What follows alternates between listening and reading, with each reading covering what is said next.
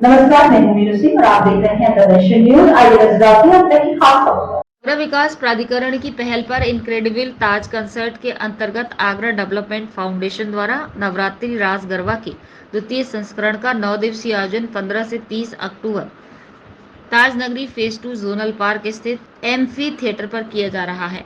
शुक्रवार को इस आयोजन का पोस्टर विमोचन होटल फेयरफील्ड बाय मैरियट में किया गया। इस मौके पर आयोजकों द्वारा नवरात्रि रास गरबा में किस तरह एक सूत्र में बंधा नजर आएगा, इस पर विस्तार से जानकारी दी।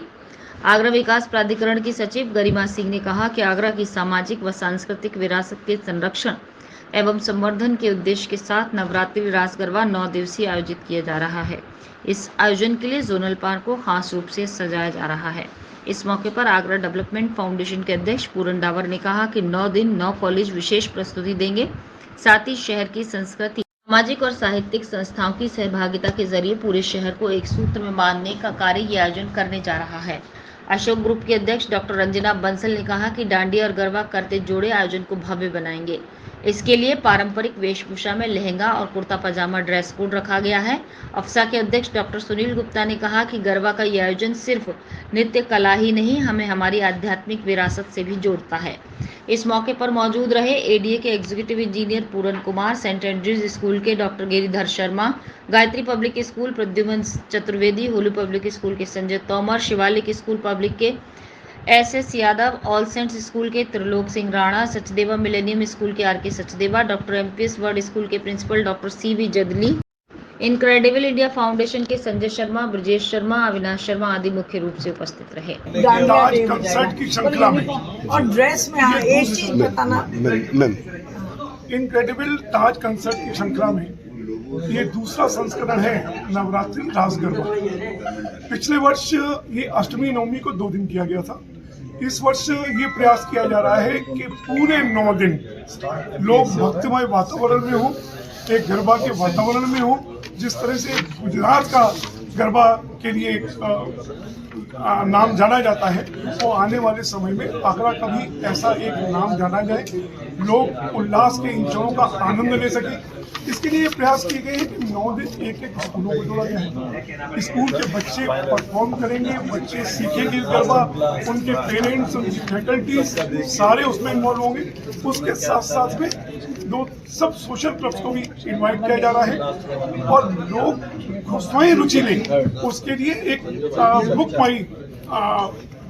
बुक माई शो पर एक 100 रुपए का टिकट भी रखा गया है, जिससे आगरा के बाहर के टूरिस्ट जो आते हैं उनको ये पता लगे कि आगरा में कोई ना कोई कार्यक्रम हो रहा है और उसमें भाग लें।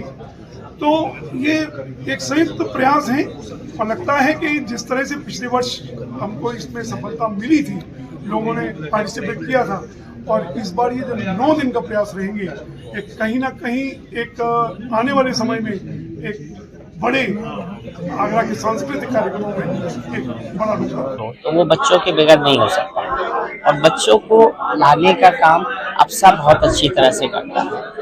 15 से 23 तक जो रास गरबा का कार्यक्रम हो रहा है, उसमें अफसा पूरी तरह से सहयोग कर रहा है और अफसा के साथ स्कूल एक दिन में करेंगे, जिसमें कि वो अपने बच्चों को, अपने पेरेंट्स को और अपने एजुकेटर्स को लेके आएंगे, फ्री ऑफ कॉस्ट लेके आएंगे। अफसा के स्कूलों ने तय किया है कि वो 100 रुपए का उनको एक कैश कूपन भी देंगे, जो कि बाद में वो चौपाटी में जाके और अपनी डिश का आनंद ले सकें।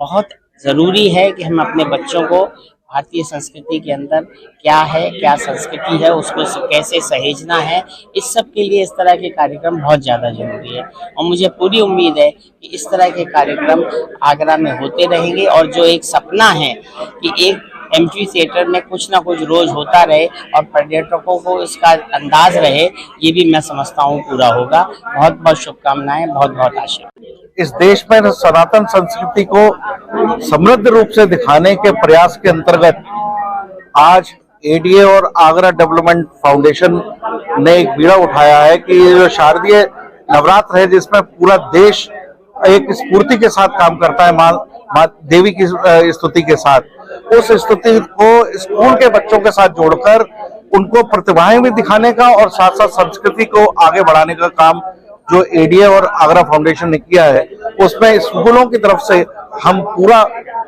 आश्वासन देते हैं कि स्कूल भी अपने बच्चों की न केवल वो प्रतिभाएं दिखाएंगे बल्कि एक पार्टिसिपेशन भी करेंगे और बच्चों के सामने, पूरे संसार के सामने ये संदेश जाएगा।